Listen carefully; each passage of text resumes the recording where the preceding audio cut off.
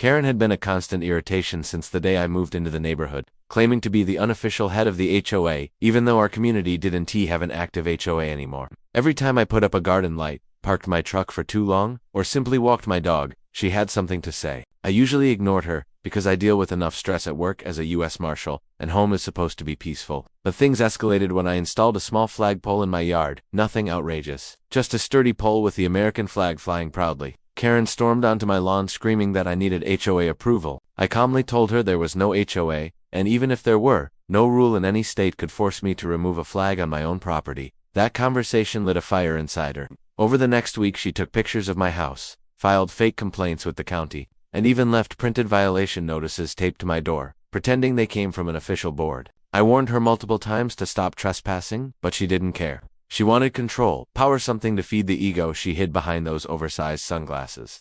One afternoon, after I returned from transporting a high-risk fugitive, I saw two men dressed in dark uniforms waiting in front of my porch. The outfits were sloppy copies of police gear, cheap badges, mismatched belts, knockoff radios with no batteries. Karen stood behind them with her arms crossed like a proud general. One of the men stepped forward and said, "Sir, you're under arrest for violating HOA statutes and resisting compliance." I almost laughed. I asked to see their credentials. They showed me laminated cards printed on a home printer. Karen smirked, saying, "These are the HOA enforcement officers. They have full authority." That was when I realized Karen had crossed from annoying into dangerous. She wasn't just harassing me anymore, she was sending impersonators to my doorstep. And impersonating law enforcement is a federal crime. I didn't reveal who I was yet. I simply asked them to follow me to the garage so we could sort this out. I needed a moment to assess the situation, ensure no neighbors would be at risk, and secure my own handgun safely without escalating things. Karen followed proudly, thinking she had finally broken me. But the moment I opened that garage door, I knew this wasn't ending quietly. Inside the garage, the men tried to put handcuffs on me, plastic toy handcuffs from a Halloween costume. No less, which was the final proof I needed that this wasn't just unlawful, it was downright idiotic. I stepped back, lifted my hands calmly, and said in a controlled voice, "Before you attempt to arrest a federal officer, you should know who you're dealing with." Their faces froze. I reached into the safe mounted by the door, pulled out my US Marshal credentials wallet, flipped it open, and held it inches from their eyes. The color drained from both men instantly. Karen, standing behind them with her arms folded, didn't understand what she was seeing. "Stop pretending," she snapped at me. "You aren't law enforcement, you're just trying to scare them." The two fake officers stared at her like she had just thrown them into a lion's cage. "Ma'am, he's real," one of them whispered shakily. I asked for their names. They hesitated. I asked again with my martial tone, a tone that gets fugitives to talk. They stuttered out their first names, both clearly terrified. I kept the situation calm because the last thing I wanted was panic. I asked if Karen had paid them or threatened them. They admitted she hired them off a Craigslist-style app, promising cash if they enforced HOA rules. That's when Karen's mouth fell open, realizing she had implicated herself in a federal crime right in front of me. "This isn't serious," she said weakly, trying to back away.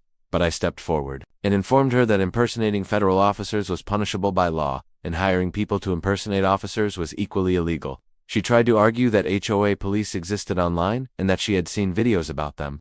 I almost felt sorry for her, because her delusions were so deep that she didn't understand the severity of what she had done. I secured the men's gear and instructed them to wait outside while I called local law enforcement to assist in processing the case.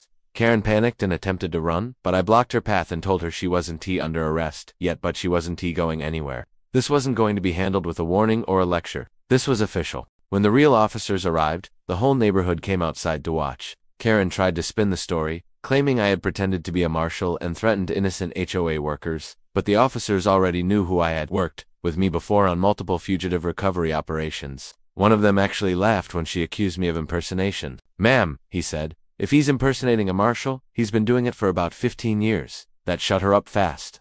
The two fake officers were cooperative. They admitted everything, including the fact that Karen had given them the laughable idea that they could arrest people for yard violations. She even provided them with a printed list of made-up rules, half of which weren't even legal in any community. Karen looked around desperately for support from neighbors, but everyone avoided her.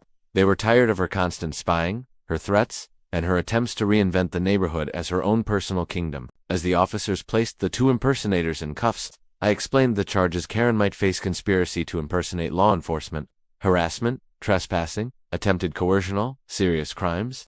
Karen broke down, insisting she just wanted the neighborhood to look nice and that I had provoked her by not bowing to her imaginary authority. I told her calmly that wanting a pretty neighborhood didn't justify criminal acts. The police walked her to the cruiser gently, but firmly. As they escorted her away, she shouted that she would sue me, sue the county, sue the entire world. But nobody paid attention anymore.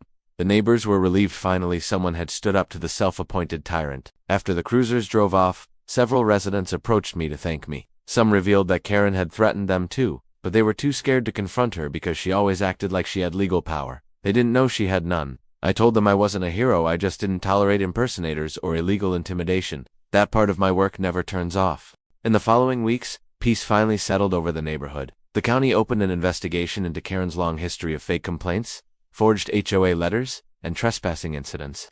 It turned out she had been harassing residents for years. But no one pushed back strongly enough until she crossed the line with me. The 2 men she hired cooperated fully and ended up with reduced charges in exchange for testifying against her. Karen, however, faced significant legal consequences: probation, fines, and mandatory community service. But more importantly, she was banned from taking any form of administrative or governing role in any residential community again. The neighbors took the opportunity to form an actual community committee, nothing formal, nothing with power, just a group focused on helping each other, planning events, and keeping the neighborhood united instead of divided.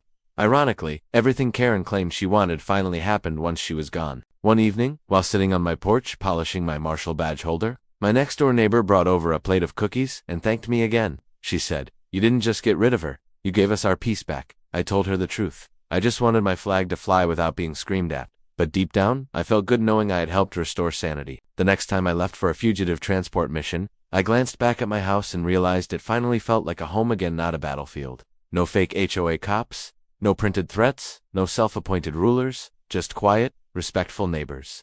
Word eventually spread online about the incident, and people started joking that Karen had picked the wrong house. Maybe she had. Or maybe she simply never expected someone to stand up to her. Either way, the neighborhood learned a valuable lesson.